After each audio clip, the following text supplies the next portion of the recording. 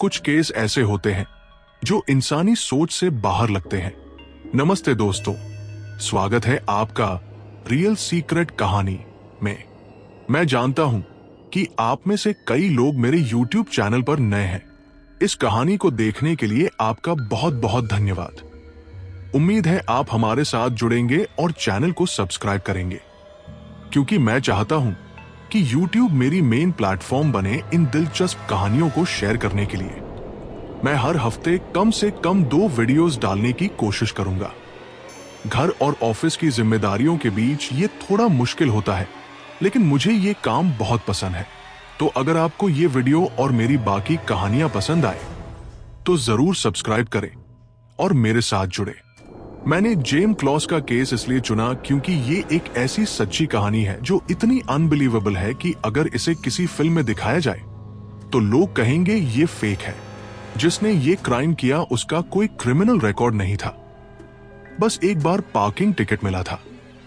फिर भी उसने एक बच्चे को टारगेट किया, और ऐसे मामले बहुत रेयर होते हैं जब किसी बच्चे को बिना किसी कारण, बिना किसी लॉजिक के टारगेट किया जाए। ये बात बहुत डिस्टर्बिंग होती है। इस केस में सच में कोई मोटिव नहीं था। जब वो क्रिमिनल जेल में था तब उसने जेम और उसके परिवार को एक चिट्ठी लिखी जिसमें उसने अपने एक्शंस एक्सप्लेन करने की कोशिश की, लेकिन वो खुद भी ठीक से नहीं समझ पाया कि उसने ऐसा क्यों किया। उसने लिखा कि ये कॉम्प्लिकेटेड है और उसे खुद समझ नहीं आता। उसने कहा कि वो कोई सीरियल किलर नहीं है, बस ऐसा कुछ था जो उसे करना पड़ा बिना किसी खास वजह के। इसलिए ये केस सबसे ज्यादा डरावना लगता है। एक ऐसा इंसान जिसने कभी कोई बड़ा जुर्म नहीं किया, जिसने रैंडमली एक फैमिली को टारगेट किया, और वो भी एक ऐसी लड़की जिसे वो बस एक बार रास्ते में देखता है और फिर सब कुछ बदल जाता है। तो चलिए अब इस कहानी में और गहराई से उतरते हैं। साल 2018 में 21 साल का जेक पैटरसन विस्कॉन्सिन के एक चीज फैक्ट्री में अपने तीसरे दिन काम पर जा रहा था। वो एक नॉर्मल लाइफ जी रहा था जब वो अपनी फोर्ड टॉरस कार चला रहा था। तब एक स्कूल बस उसके सामने रुकी। बच्चे बस में चढ़ रहे थे। तभी उसकी नजर पहली बार जेम क्लॉस पर पड़ी। एक 13 साल की लड़की, सुनहरे बाल, हरी आंखें। वहीं खड़े खड़े अपनी कार में बैठे जेक ने एक डरावना फैसला लिया। जैसा कि उसने बाद में अपने कन्फेशन में बताया, उसने सोचा ये वही लड़की है जिसे मैं ले जाऊंगा। उस समय तक उसका कोई क्रिमिनल बैकग्राउंड नहीं था, लेकिन वहीं से उसने इस किडनैपिंग की प्लानिंग शुरू कर दी। जेक की प्लानिंग बहुत डिटेल में थी। उसने अपने पिता की मॉसबर्ग 12 गेज शॉटगन ली। ये एक आम हथियार है, इसलिए उसे लगा कि इसे ट्रेस करना मुश्किल होगा। उसने शॉटगन के लिए स्लग्स खरीदे, वॉलमार्ट से एक चेहरे को ढकने वाला मास्क खरीदा। फिंगरप्रिंट्स न छोड़ने के लिए उसने अपने बाल और दाढ़ी मुंडवा दी। ग्लव्स खरीदे और उन्हें साफ किया। साथ में स्टील टो वाले बूट्स, डार्क जीन्स और एक डार्क जैकेट भी खरीदी। अपनी फोर्ड टॉरस कार को भी उसने मॉडिफाई किया। उसे पता था कि वो जेम को ट्रंक में रखेगा, इसलिए उसने अंदर से ट्रंक खोलने वाला कोड काट दिया ताकि कोई बाहर से ही उसे खोल सके। डोम लाइट को भी डिस्कनेक्ट कर दिया ताकि अंदर रोशनी न हो। उसने 2 बार कोशिश की जेम को किडनैप करने की, लेकिन दोनों बार डर की वजह से वापस लौट गया। एक बार उसके घर की ड्राइव वे में कार्स थी और दूसरी बार घर की लाइटें जल गई। लेकिन 15 अक्टूबर 2018 की रात को वो अपने प्लान में कामयाब हो गया।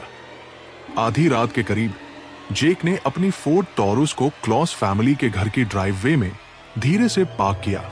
लाइट्स बंद थी। घर के अंदर जेम अपने डॉग मॉली के साथ सो रही थी। मॉली को बाहर गाड़ी की आवाज आई और उसने भौंकना शुरू किया।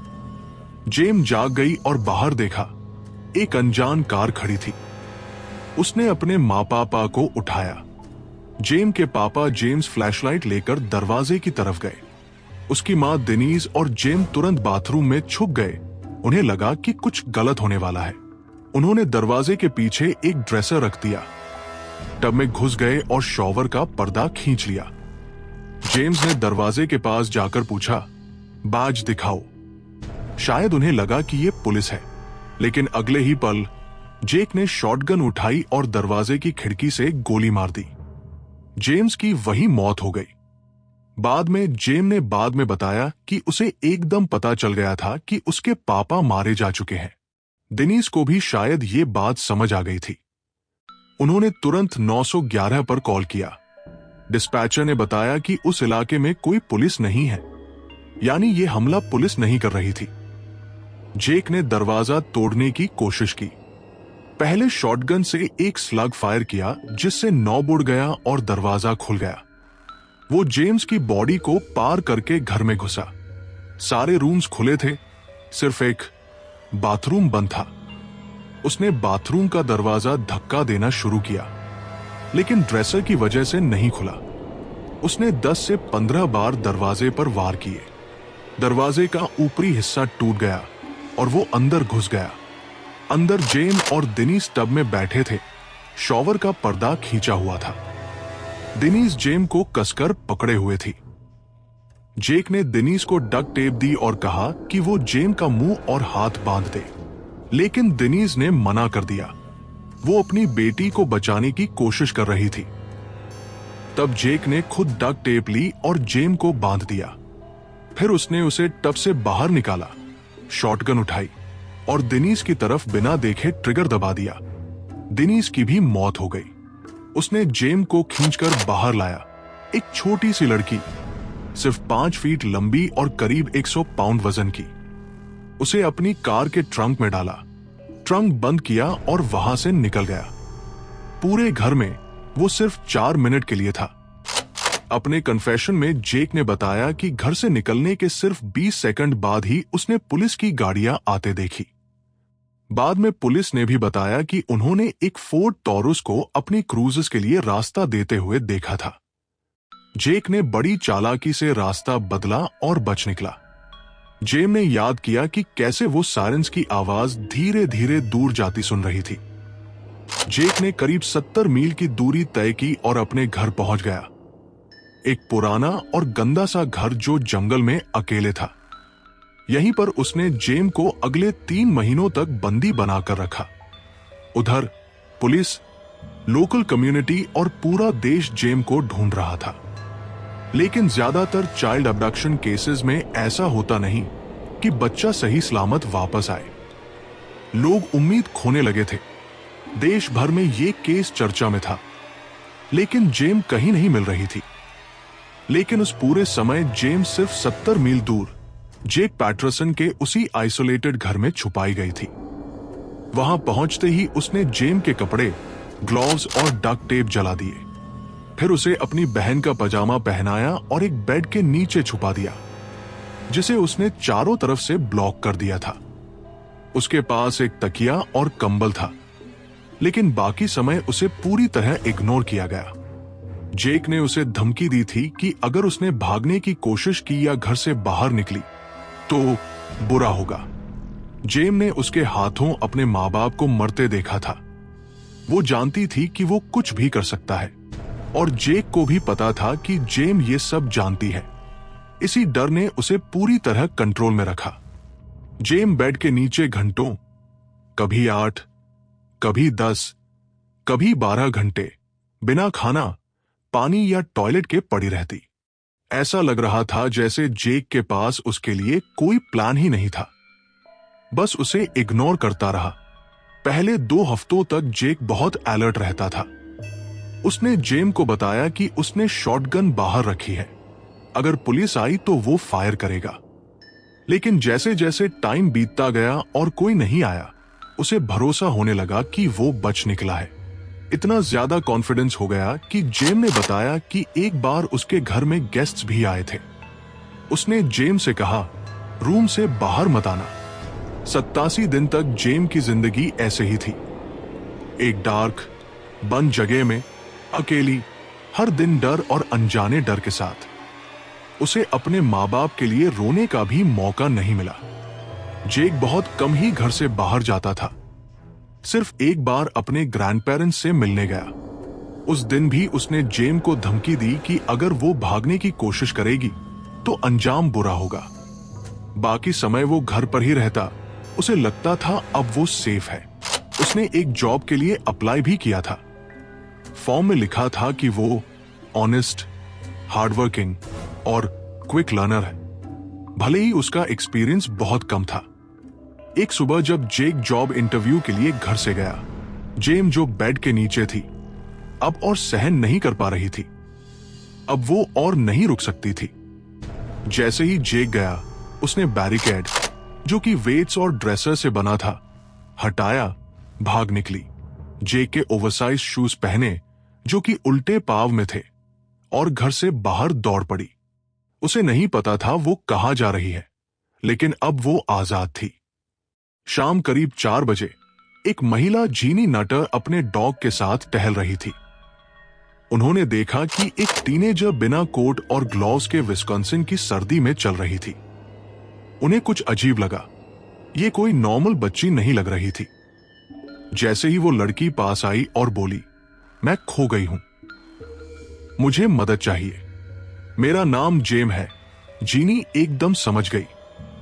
वो इस एरिया में रहती थी और उन्होंने जेम की मिसिंग पोस्टर्स देखे थे। उन्हें पता चल गया कि ये वही लड़की है।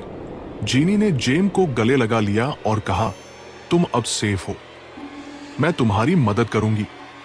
फिर उसे पास के एक पड़ोसी के घर ले गई। उन्होंने वहां सबको बताया, ये जेम क्लॉस है, हमें तुरंत पुलिस को कॉल करना होगा। घर वालों ने दरवाजा बंद किया और जेम के चारों ओर प्रोटेक्शन लिया जब तक जीनी ने पुलिस को कॉल नहीं कर लिया। पुलिस को पहले विश्वास नहीं हुआ। उन्हें जीनी की अर्जेंसी समझने में थोड़ा वक्त लगा, लेकिन जैसे ही उन्हें पता चला कि जेम का किडनैपर ज्यादा दूर नहीं होगा और जल्द ही उसे पता चल जाएगा कि जेम भाग गई है, उन्होंने तुरंत एक्शन लिया। सौभाग्य से जेम को जल्दी रेस्क्यू कर लिया गया। वो फिजिकली सुरक्षित थी, लेकिन मेंटली जरूर चोट खाई थी। जेक जब अपने इंटरव्यू से वापस आया तो देखा जेम गायब है। उसने बर्फ में उसके कदमों के निशान देखे और उसे ढूंढने निकल गया, लेकिन तभी पुलिस ने उसे पकड़ लिया। उन्हें उसकी गाड़ी और खुद जेक मिल गया। पुलिस ने जैसे ही उसे रोका, उसने बिना रेजिस्टेंस खुद को सरेंडर कर दिया। उसने तुरंत अपना नाम बताया और अपना जुर्म कबूल कर लिया। जेक पैटरसन को उम्र कैद की सजा सुनाई गई, बिना पैरोल के, यानी अब वो जिंदगी भर जेल में ही रहेगा। आज तक कोई नहीं समझ पाया कि ऐसा कैसे हो गया। जैसा मैंने शुरू में कहा था, ऐसे केस नहीं होने चाहिए। इतना भयानक क्राइम बिना किसी वजह के, ये बात इंसान को हजम नहीं होती। कैसे कोई अनजान आदमी एक बच्ची को बस में चढ़ते देखता है, उसके माँ बाप को मारता है और फिर उसे कैद कर लेता है, वो भी बिना कोई पिछला क्रिमिनल रिकॉर्ड के। लेकिन दुर्भाग्य से इस केस में ऐसा ही हुआ। बस आज के लिए इतना ही दोस्तों। उम्मीद है आपको ये कहानी पसंद आई होगी। अगर हां तो कृपया लाइक करें, सब्सक्राइब करें और इस चैनल से जुड़े रहें। मैं हफ्ते में कम से कम 2 बार ऐसी ही ट्रू क्राइम, मिस्ट्री और स्कैरी स्टोरीज लेकर आता रहूंगा। अगर आप चाहते हैं कि मैं किसी खास केस पर वीडियो बनाऊं तो कमेंट करें, मैं जरूर पढ़ूंगा और जवाब भी दूंगा। बहुत बहुत धन्यवाद। फिर मिलते हैं अगली कहानी में।